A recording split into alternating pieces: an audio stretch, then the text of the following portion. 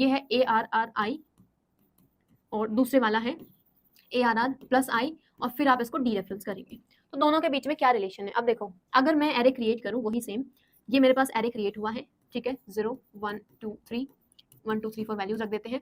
अगर मैं लिखती हूँ ARRI, अब आई में जैसे मैंने 0 रख दिया या फिर मैंने 1 रख दिया, मैंने लिखा ARR और फर्स्ट इंडेक्स पोजीशन, तो जब भी मैं कुछ ऐसा लिखती हूँ तो ये क्या करेगा, जो आपका फर्स्ट इंडेक्स पोजीशन है उसको उसी के वैल्यू पार्ट की बात कर रहा होगा। अब इसका क्या मतलब है? देखो अभी अभी मैंने कहा था कि ARR एज अ पॉइंटर ही होता है, और जब आप इसके साथ में एरे के साथ में स्क्वायर ब्रैकेट यूज करते हैं, इसका काम क्या है? ये कहता है पहले एडिशन करो और उसके बाद में डी रेफरेंसिंग करो, ठीक है। तो जब आपने ये लिखा हुआ इंटरनली, यही वाला स्टेटमेंट है ARR प्लस 1, चाहे आपने ऐसा लिखा हो 1 ARR, चाहे आपने ऐसा लिखा हो, तो इस स्क्वायर ब्रैकेट का मतलब यही है कि 1 और ARR दोनों को ऐड कर दो, और ऐड होने के बाद जो आपके पास एड्रेस आएगा उसको डी रेफरेंस कर दो। क्योंकि देखो ARR के पास क्या है? एड्रेस ही है। जैसे इसके पास 0th इंडेक्स पोजीशन का एड्रेस होता है, तो ARR का वैल्यू क्या है? 100, फिर उसमें 1 ऐड कर दो, हमने 1 ऐड कर दिया।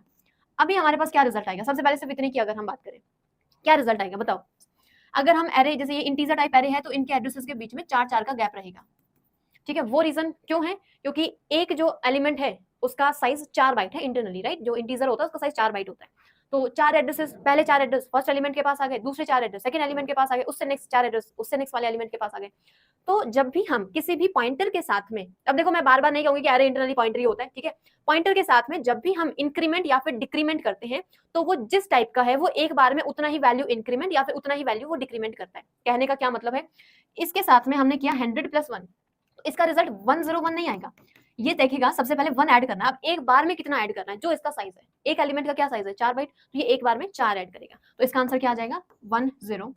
तो हमारे पास आंसर आ गया 104। अब लास्ट में इसको डी रेफरेंस करो। डी रेफरेंसिंग का क्या मतलब होता है? जो एड्रेस आपके पास है उस एड्रेस पे जो वैल्यू है उसकी वो बात कर रहा होता है, राइट। तो इस केस में हमारे पास रिजल्ट क्या आ चुका है? 2। दोनों ही केसेस में हमारे पास रिजल्ट क्या आएगा? 2, अगर आप यहाँ पे ARR प्लस 1 करते हैं, ठीक है। तो इंटरनली जब भी आप किसी भी पॉइंटर के साथ में स्क्वायर ब्रैकेट यूज करेंगे, तो जो आपने स्क्वायर ब्रैकेट में वैल्यू लिखा है, जो बाहर वैल्यू है, दोनों को पहले ऐड करेगा, ऐड करने के बाद लास्ट में डी रेफरेंसिंग करेगा।